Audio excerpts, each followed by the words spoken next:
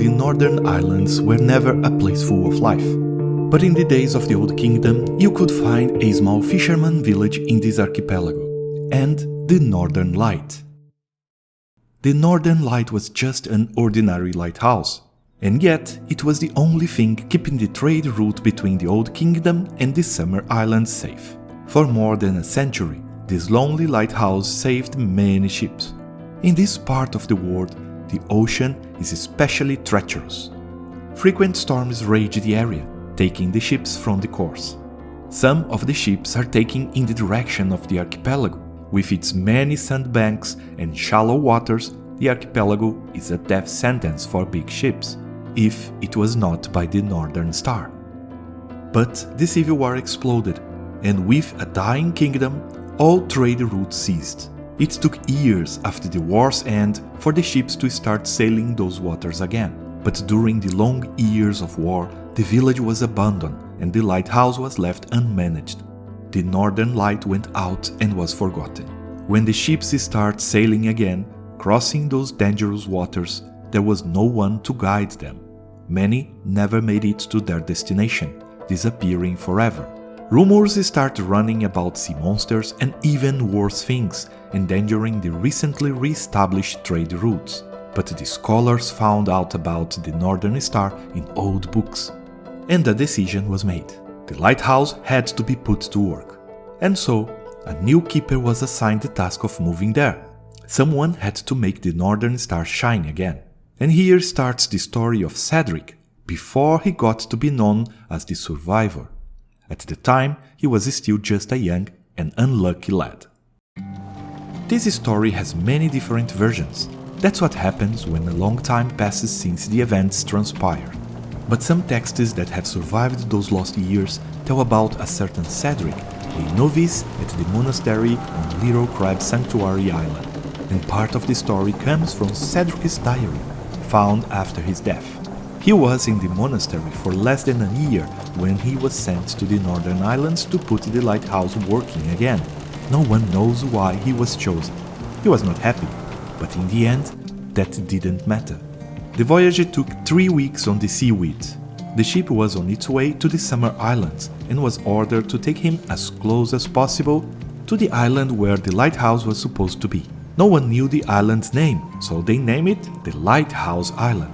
He spent most of the journey in his cabin, studying the books and documents he brought about the lighthouse and the Northern Islands. Most of it seemed useless, talking about the local superstitions and encounters with strange creatures, fairy tales. But at least it was a distraction. He was 22 years old when he arrived at his destination, but time has shown that the island and the lighthouse were more than his destination. They were his destiny. The seaweed came closer to the island on the morning of the 19th day of the journey. Cedric could see the lighthouse in the distance, but he was not prepared for what he saw when he started getting close. A strange feeling took his chest for a moment, a sentiment that he could not identify. The lighthouse was in ruins, the top seemed missing, and vegetation had grown in many places, claiming its victim. Still, it looked like it was alive. It was as if those old ruins were pulsating like a beating heart. Cedric shook the feeling, and it went away. Only the lighthouse ruins stayed. He spent most of the morning and afternoon dragging his belongings and supplies to the top of the hill where the lighthouse was built. When he finally arrived, he was not surprised by the state of the keeper's house.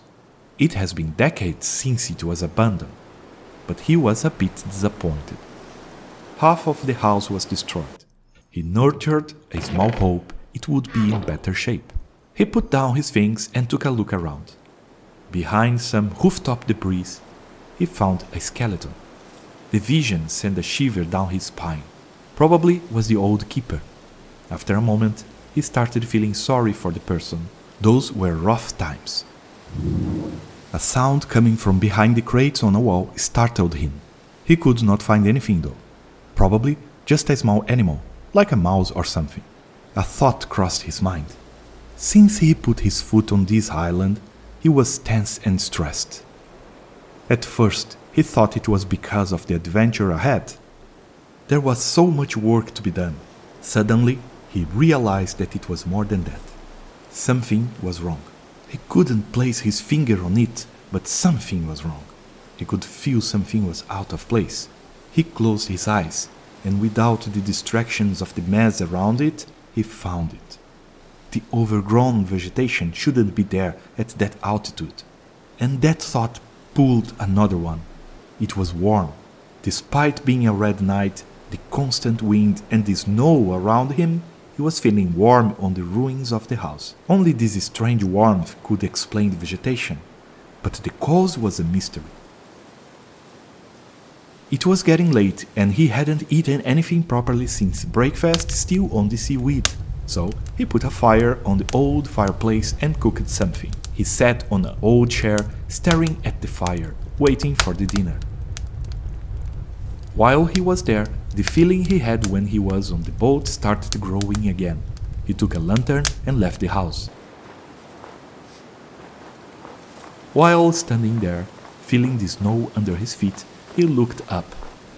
The top of the lighthouse was still missing, but from this side of the hill, in the dark, he noticed something he missed when he looked from the seaside in the morning. There was a faint luminosity coming out of it. He got curious and decided to investigate. The tower's door was broken, with parts of it on the floor on both sides of the frame. With the lantern light, he could distinguish some debris on the floor, a chair on one of the walls, and the old wooden stairs. He tried, and it seemed in good condition despite the years. Slowly, he starts ascending, noticing the purple glow at the top. Here and there, he found some steps were missing. There was also some debris from the top, but he kept going. Now that he was getting closer to the tower's top, he could hear a strange sound. Finally, he saw the source of the purple glow. It was a black structure bigger than him, apparently floating in the air. At least, he couldn't find anything supporting it. On a close inspection, he noticed an intense purple light coming out of the structure. It was also the source of the sound he was hearing perfectly now.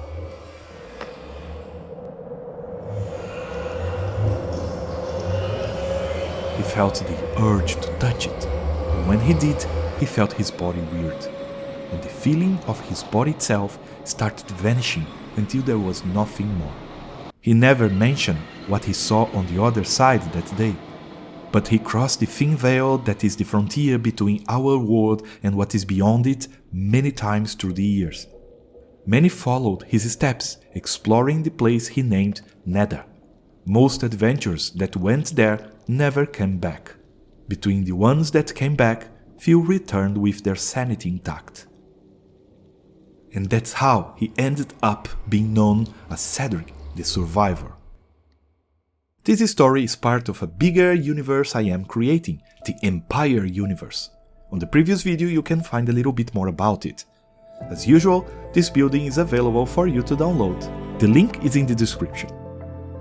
I really hope you had enjoyed this building and the story I made for it. If you didn't yet, why don't you leave a like and subscribe? And let me know what you think and if you want to hear more stories about this universe. I'll appreciate it. Thank you very much for watching and I'll see you in the next video. Bye bye!